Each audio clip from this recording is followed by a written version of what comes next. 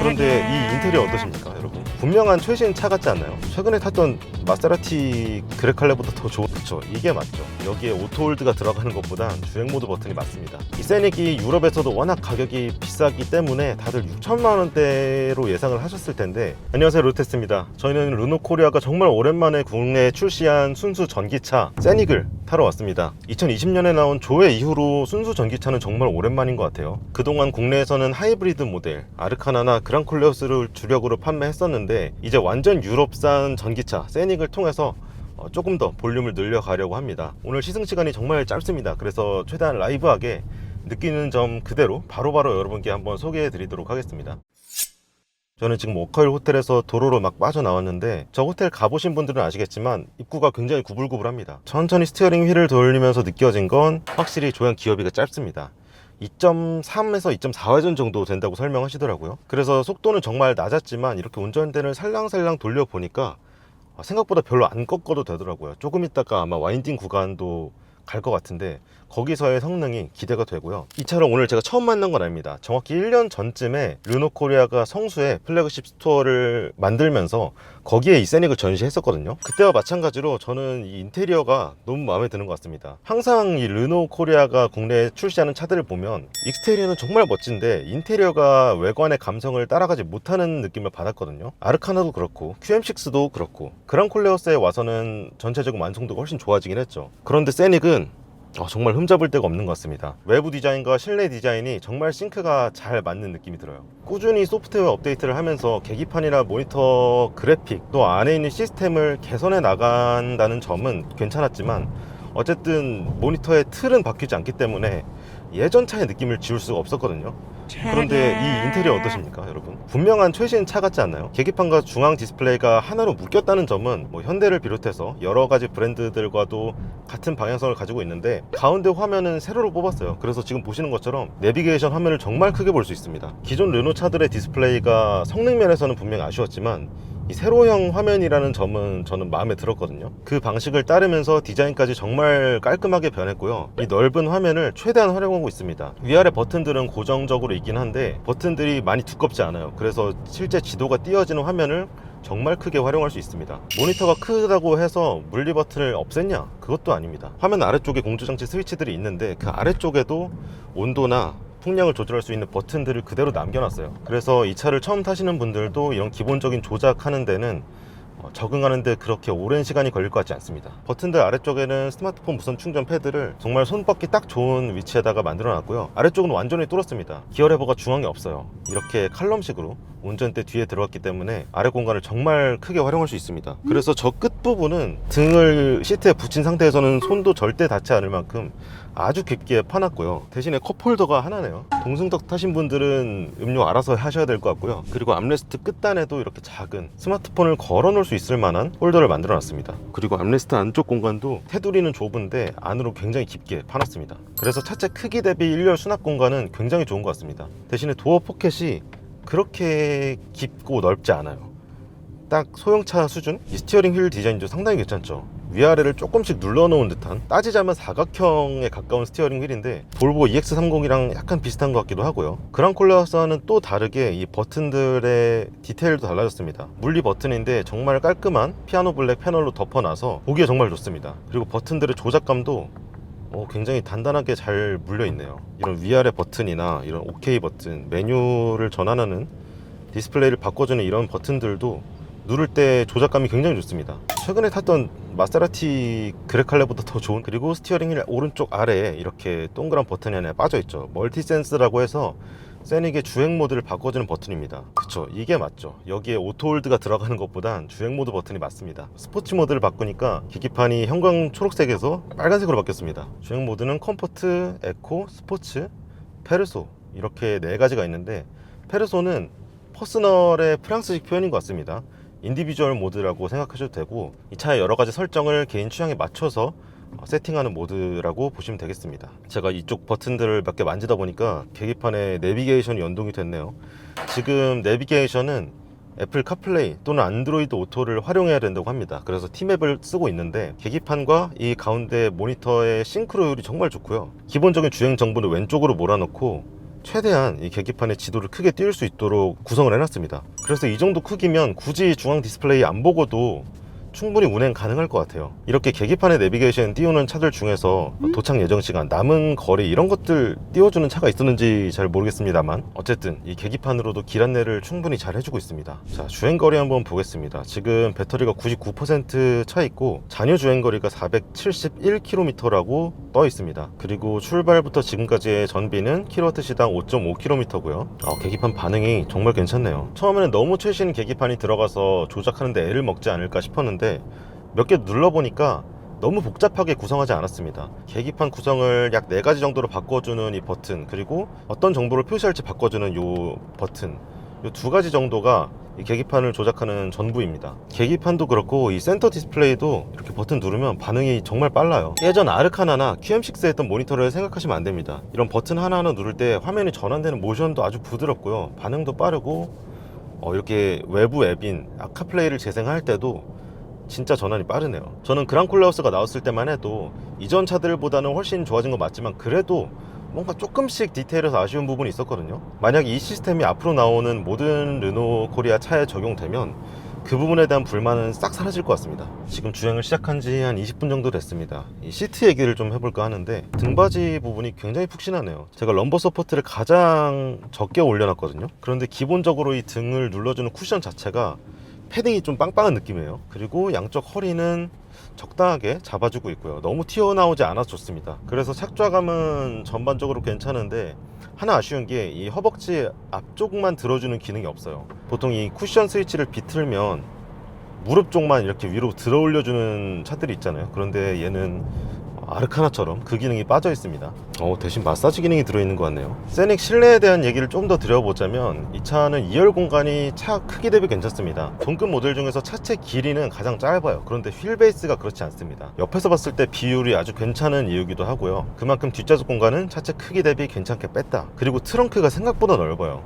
앞뒤 길이는 평범한데 아래쪽으로 굉장히 공간을 많이 파놔서 이 전륜구동 방식, 뒤쪽에는 모터가 들어가지 않는 구조를 최대한 활용했습니다. 그래서 기본 용량이 545리터고요 2열 시트를 눕히면 1670리터까지 늘어납니다. 아이오닉 같은 차들 보면 2열 좌석은 정말 넓은데 상대적으로 트렁크 공간이 아쉬웠단 말이죠. 그래서 적재 공간이 조금 더 넓었으면 좋겠다 하시는 분들에게는 세닉이 참 마음에 드실 것 같습니다. 그리고 인테리어 옵션 중에서 가장 놀라운 게 하나 있는데 제 위에 이 선루프 보이시나요? 별도의 스크린이 없습니다. 지금 보면 불투명하죠. 그런데 제 머리 위에 버튼을 이렇게 조작하면 지금 딱 절반 정도 투명해졌습니다. 포르쉐가 타이칸 GTS를 처음 공개했을 때 이런 방식의 선루프를 적용했었습니다. 전자식으로 유리의 투명도를 바꾸는데 더 중요한 건 이 구역을 나눌 수 있다는 거였어요. 유리 전체를 불투명하게 바꾸는 옵션은 예전에도 있었거든요. 그 방식과는 다르게 이제는 원하는 구역의 투명도를 바꿀 수 있다 라는 게 타이칸에 처음 적용되면서 저거 정말 비싼 옵션이구나 싶었는데 이게 세닉에 들어갔습니다. 그래서 지금처럼 앞쪽만 투명하게 바꿀 수도 있고요, 반대로 뒤에만 투명하게 바꿀 수 있습니다. 또 이게 무조건 반반씩만 조절할 수 있는 게 아니라 칸을 정말 잘게 쪼개놨어요. 이 급에서는 정말 기대할 수 없었던 아주 고급 옵션입니다. 그리고 지금 시승차에는 디지털 룸미러까지 들어있습니다. 카메라로 후방 시야를 찍어서 룸미러에 띄워주는 옵션인데 보통 이거 대형차에 있잖아요. 3열까지 있는 대형차에 주로 들어가는 옵션인데 이것도 소형 전기차에서 만날 줄은 몰랐네요. 그리고 그동안 디지털 룸미러가 적용되어 있던 차들은 이 안에 있는 시스템이 똑같았습니다. 한 회사에서 만든 걸 적용했나 싶을 정도로 각도나 밝기를 조절하는 메뉴들이 똑같았거든요. 근데 세닉은 다릅니다. 이 메뉴만 눌러봐도 조절할 수 있는 옵션들이 정말 많거든요. 근데 이게 장단이 있는 것 같습니다. 메뉴가 너무 많다 보니까 운전 중에 간편하게 조절하기에는 좀 힘들어요. 약간 이 구성 자체가 TV 옵션을 보면 HDMI를 쓸지 VDA를 쓸지 이런 채널 설정하는 화면 있잖아요. 약간 그런 화면이 생각나기도 하고, 테두리가 사각형인데다가 베젤도 조금 있고 앞뒤 두께도 상당합니다. 그래서 이 차의 전체적인 인테리어와는 그렇게 조화롭지는 않다, 그런 생각이 듭니다. 어쨌든 뒷자리에 키가 큰 분들이 3명이 꽉 탔을 때 원활하게 시야를 확보할 수 있다는 장점은 또 있습니다. 자, 익스테리어도 한번 말씀드려야겠죠. 이 세닉의 디자인은 그랑클레오스나 또 이전까지 나왔던 아르카나, QM6 이런 차들과는 디자인 방향성이 완전히 다릅니다. 요즘 유럽에 팔고 있는 르노 차들은 거의 다 이 세닉의 디자인과 비슷합니다. 카자르, 라팔, 이런 차들 모두 지금의 세닉과 같은 디자인 언어를 쓰고 있는데, 이렇게 바뀐 게 푸주오에 있던 디자이너가 몇 년 전에 르노로 옮겨오고 나서부터입니다. 질 비달이라는 디자이너인데, 그분이 푸주오에서 디자인했던 차들과 이 세닉을 나란히 두고 보면 약간 비슷한 경향도 없지 않아 있어요. 하지만 디테일을 살펴보면 자신의 스타일을 르노의 브랜드에 맞게 다시 한번 재해석했구나 라는 걸 확인할 수 있습니다. 이전 차들은 부드러운 곡선으로 만든 그 덩어리감이 예뻐 보였다면, 지금의 르노 차들은 디테일이 훨씬 강해진 것 같아요. 그래서 앞뒤 램프나 그릴 패턴이라든지 앞쪽에 있는 주간주행 등 있죠, 이런 부분들이 가까이서 봤을 때 조형미가 있달까요? 멀리서 봐도 멋있지만 가까이 더 다가가서 보고 싶은 그런 맛이 생겼습니다. 휠 디자인도 최근에 나왔던 양산차 휠 중에서는 가장 개성까지 있으면서 멋있지 않나 싶고요. 아까 말씀드렸듯이 차체 길이 대비 휠 베이스가 넉넉한 편이기 때문에 옆에서의 비율이 상당히 멋있습니다. 그리고 리어 범퍼 쪽을 보시면 양쪽 끝이 바짝 튀어나와 있습니다. 이 디테일을 봤을 때 제가 생각난 차가 하나 있었는데, 2014년에 나온 르노 2호랩 콘셉트카입니다. 1리터 카였어요. 그 당시에 1리터 카라는 말을 폭스바겐이 XL1을 내놓으면서 유행을 시켰죠. 1리터로 100km를 가는 차를 뜻합니다. XL1은 0.8리터 2기통 디젤 엔진과 전기 모터를 통해서 플러그인 하이브리드 파워트레인을 얹었다면, 2호랩은 그냥 가솔린 하이브리드로 갔습니다. 거기에다가 속도를 높이면 차체를 내려주는 에어 서스펜션이라든지 양쪽 끝이 가변형으로 튀어나오는 특별한 범퍼를 써서 공기저항을 엄청 끌어내리기 위해 노력했습니다. 세닉 외에 요즘 르노가 만든 다른 차들은 범퍼가 그렇게 생기지 않았거든요. 얘는 또 순수 전기차기 때문에 주행거리를 최대한 늘리고자 그런 아이디어를 적용하지 않았나 싶습니다. 저희 시즌 코스가 이제 많이 남지 않았는데, 이제 승차감 말씀드려야겠죠. 승차감 정말 괜찮습니다. 일단 전기차들은 무겁기 때문에, 배터리 때문에 정말 무겁잖아요. 그래서 이 무게감을 숨기려는 노력들을 굉장히 많이 하고 있는데, 세닉은 그 부분에서는 아주 성공적인 것 같습니다. 배터리 용량이 87kWh예요. 절대 작은 배터리가 아니거든요. 미니 일렉트릭 정도에 들어가는 50kWh대의 배터리 정도는 돼야 그래도 경량화에 신경 쓸 수 있다고 생각했는데, 세닉은 꽤 큰 배터리를 얹고도 공차 중량을 최대 1900kg대 초반으로 묶었습니다. ID4나 아이오닉 5 같은 경쟁 모델에 비해서 가벼운 편이고요. 운전했을 때 무게감은 그보다도 가볍습니다. 사실상 전기차보다는 가솔린 엔진이 달린, 그 중에서도 1.5리터 이하 정말 가볍고 작은 엔진이 달린 모델을 타는 것 같아요. 그래서 서스펜션이 무리한다거나 버거워하는 느낌이 거의 들지 않습니다. 또 차급 대비 굉장히 큰 사이즈의 휠을 꼈음에도 요철을 맞닥뜨렸을 때 들어오는 진동도 정말 정제가 잘 되어 있고요. 우리나라에서 현대기아차 대신 르노를 선택하는 분들이 각자의 이유가 있잖아요. 디자인 때문인 분들도 있고, 나는 도로에 너무 많이 돌아다니는 차는 싫어 라고 하시는 분들도 있고, 또 그 중에 승차감 때문에 사시는 분들도 있습니다. 승차감 때문에 그동안 르노를 구매하셨던 분들이라면 전기차를 구매할 예정이다, 이 세닉 꼭 타보시면 좋을 것 같습니다. 한마디 해주세요. 예. 뒤는 좀 단단합니다. 아, 그래요?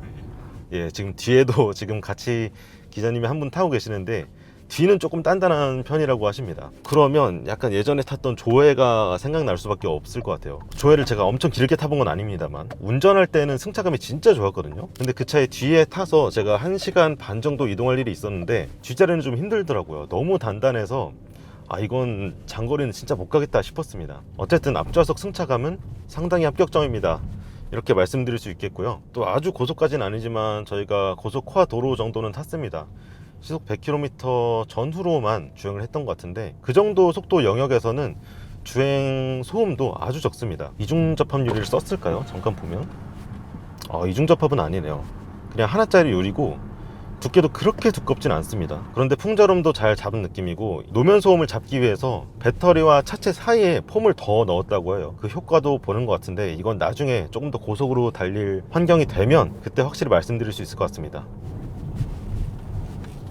이런 방지턱 넘을 때 느낌 너무 괜찮은데, 혹시 방금 방지턱 어쩌셨어요? 바로 와요, 충격. 아, 진짜요? 앞뒤 승차감이 꽤 다른가 보네요. 자, 그리고 회생제동도 한번 알아보겠습니다. 세닉의 회생제동은 총 5단계로 설정 가능합니다. 운전대 뒤에 있는 시프트 패들로 설정할 수 있고요. 가장 회생제동을 약하게 한 상태, 발을 떼면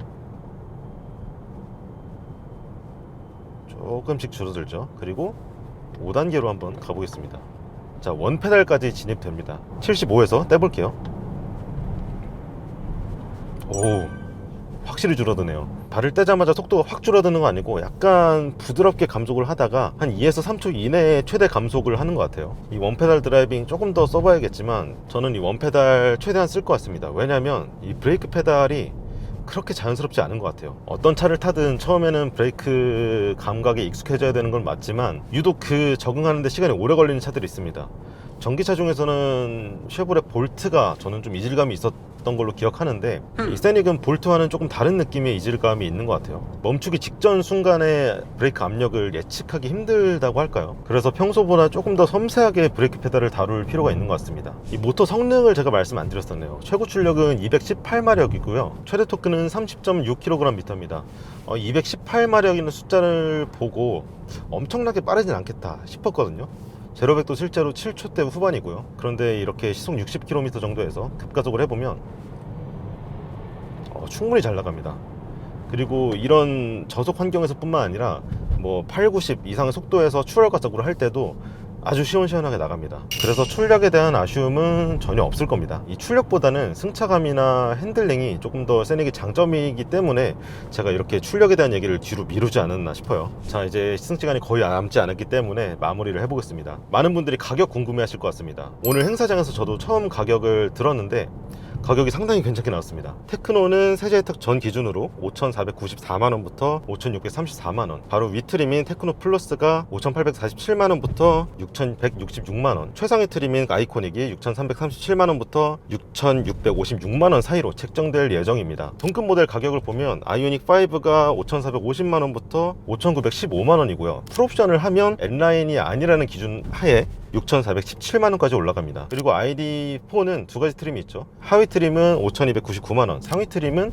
5,999만원입니다. 이 세닉이 유럽에서도 워낙 가격이 비싸기 때문에 다들 6천만원대로 예상을 하셨을 텐데 다행히도 5천만원대부터 시작하는 가격표를 가지고 왔고요. 보조금을 받으면 4천만원대 중후반에서도 구입할 수 있습니다. 그리고 주행거리도 국내 기준으로 460km를 인증받았기 때문에 단순히 스펙끼리만 비교했을 때 경쟁력도 충분히 괜찮은 것 같고요. 그래서 오늘 짧게나마 경험한 이 차의 승차감, 또 상품성, 디자인, 거기에 전기차로서의 스펙까지 합해보면 세닉 경쟁력 정말 괜찮다라는 생각이 듭니다. 제가 출발할 때 주행거리가 471km 정도 남아있었다 했잖아요. 지금 494km까지 올라갔습니다. 배터리는 95%고요 그리고 전비는 킬로와트시당 5.8km까지 올라왔습니다. 주행거리가 길었다면 이 수치도 더 올릴 수 있었을 것 같아요. 오늘 말씀 못 드린 부분들이 정말 많습니다. 나머지 내용들은 저희가 세닉 시승차를 한 번 더 빌려서 디테일하게 여러분께 소개해 드리겠습니다. 르노 세닉 최초 시승 영상은 여기까지입니다.